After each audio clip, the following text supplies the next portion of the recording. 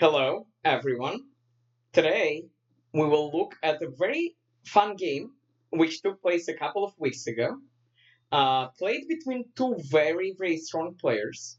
It was a rapid game.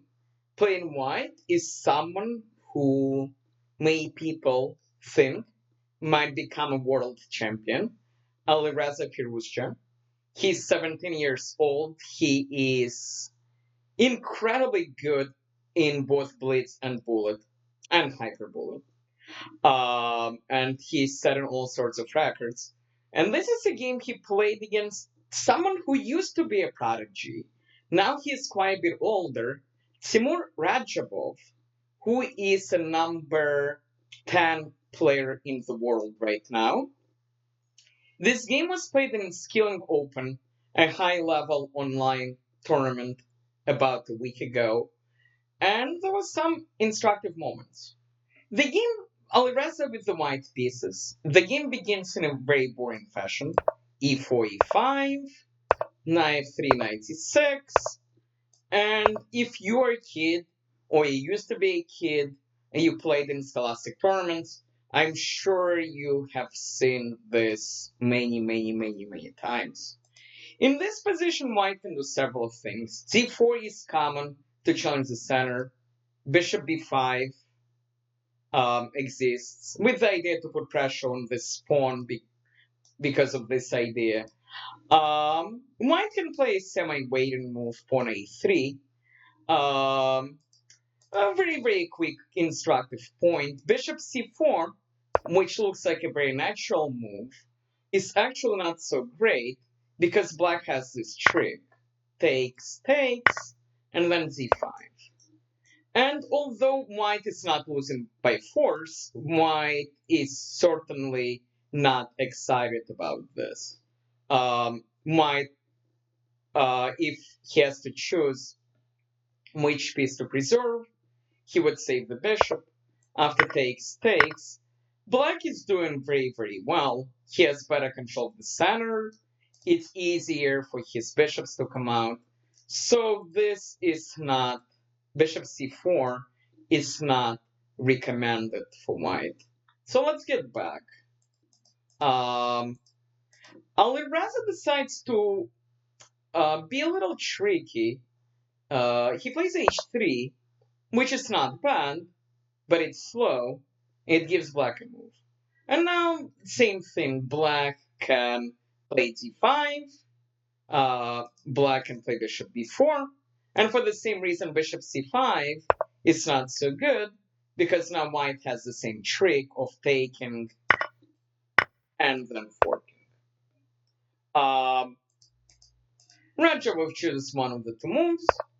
Alireza plays another unusual move, bishop d3. It does defend the pawn, because black was trying to put some pressure on it. However, as you can tell, this pawn is blocked, which means it's a little bit difficult for this bishop to play chess.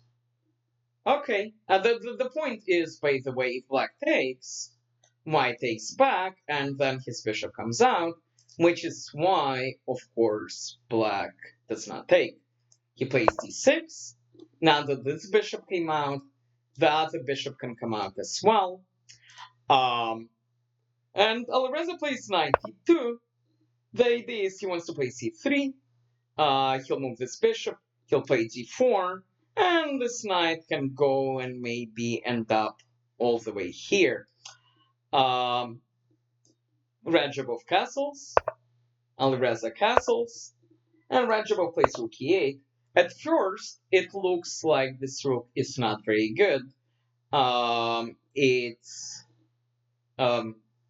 It seems that it's been blocked by the pawn. However, there are a couple of points. Point one, sometimes black will play d5, and then this rook will be needed to support the pawn. Point two, if white plays c3, g4, or if white plays f4 at some point, after black takes, this rook will become open. So Radjabov is playing for the future. Immediately, this rook is not so good, but it will become quite useful very soon. Alireza plays this move, And this is one of the instructive moments of the game. Um, Most people would look at this and say, my bishop is attacked. Do I go here or do I go here? And most would choose c5 because that's where the bishop makes sense. It doesn't make too much sense on a5. However, the reason why this is instructive, and this is something I tell my students, when you see a move which is logical, don't just play it. Spend extra couple of seconds, maybe even longer, depending on the time control, and ask, is there something I can do that's even better? And Radjabov finds a better move. He plays d5. What's the point? Well, if white takes the bishop, black will fork. If the bishop moves, black will take the knight and open up the king. That's very, very unpleasant. And if white takes, black takes, and black is better. Black has more active pieces, black has more space. White pawns here are doubled. This pawn is isolated, and black is doing quite well. So white did not take the bishop. White takes the pawn. Black takes back. Once again, if white takes, black takes. And white has the same problem.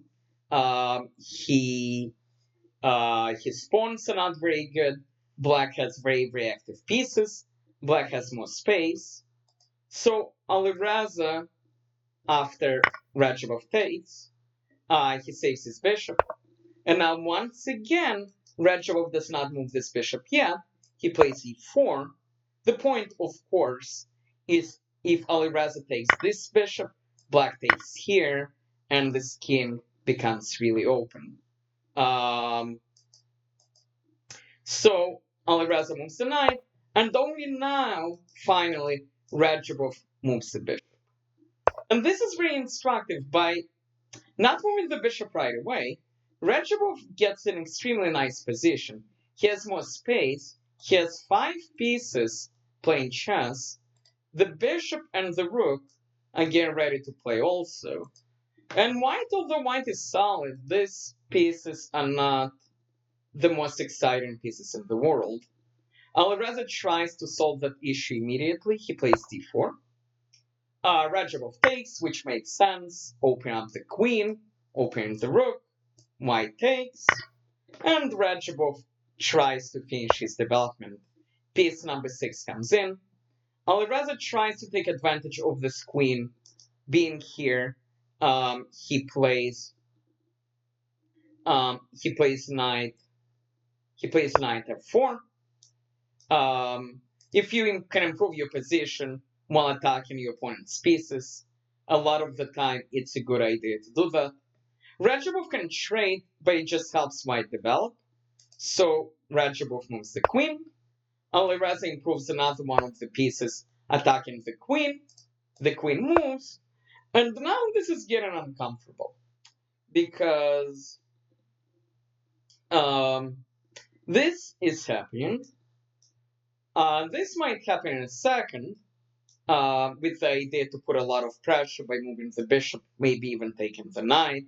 In addition, this is a threat because, again, there are 2 attackers here. And so Alireza comes up with a trick, and he's very, very good at those.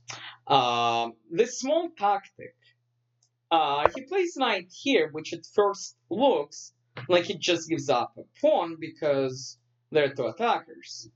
And Radjabov takes once, but he doesn't take. But I'm going to pause and ask you to find what Alireza's plan was going to be if black took.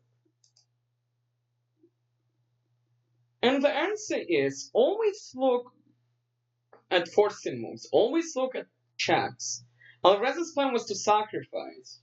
After king takes back, we have this queen move, which forks the king and the bishop. The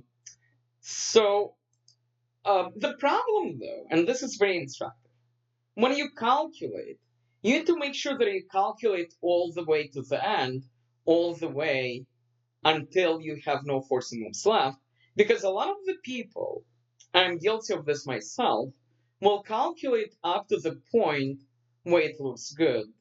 And then we celebrate. We say, yay, we win. And then we stop calculating. And then uh, after we reach the position and terrible things happen, we get upset.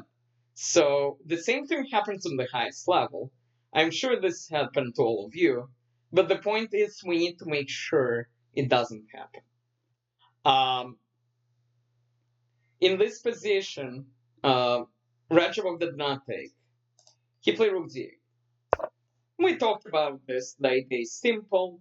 The rook is on the same line as the queen, so the bishop is threatening discoveries. Alireza moves the queen. It seems that his tactic still works, but it's not so simple. Radjabov takes. Alireza jumps into his tactic, and then he forks. And now black blocks, and now this was the end of Alireza's calculation, but this was not necessarily the end of forcing moves. And white cannot take this bishop. If he takes, black wins. I'm going to pause and let you figure out why. And the reason is actually really, really, really pretty. After white takes, black can sacrifice the queen, check. After king goes here, there is this beautiful bishop check, double check, checkmate. That's really, really, really pretty. So this is why it's very useful to calculate as long as you have forcing moves to calculate. Alireza now realized he couldn't take. He plays here. Alireza has to be, Radjabov has to be careful. If he takes with the queen, white cannot safely take, so he takes with the rook. And the point once again, Alireza cannot take the bishop because we have the sacrifice followed by a checkmate, and either rook can take. So in this position, Alireza develops the bishop, but Radjabov simply saves his bishop, and now black is simply up a knight. So here, Alireza resigned. So the two very important lessons we learn from this game. Number one, something we saw right now, you need to calculate as long as there are forcing moves left, not just until it looks good. And the second point, when your opponent plays a move, makes a threat, and you find the response, a logical response, don't just play that response. Spend an extra few seconds. Maybe there is going to be something even better. I hope you enjoyed the game. I hope you learned something, and more fun material will appear shortly. Thank you.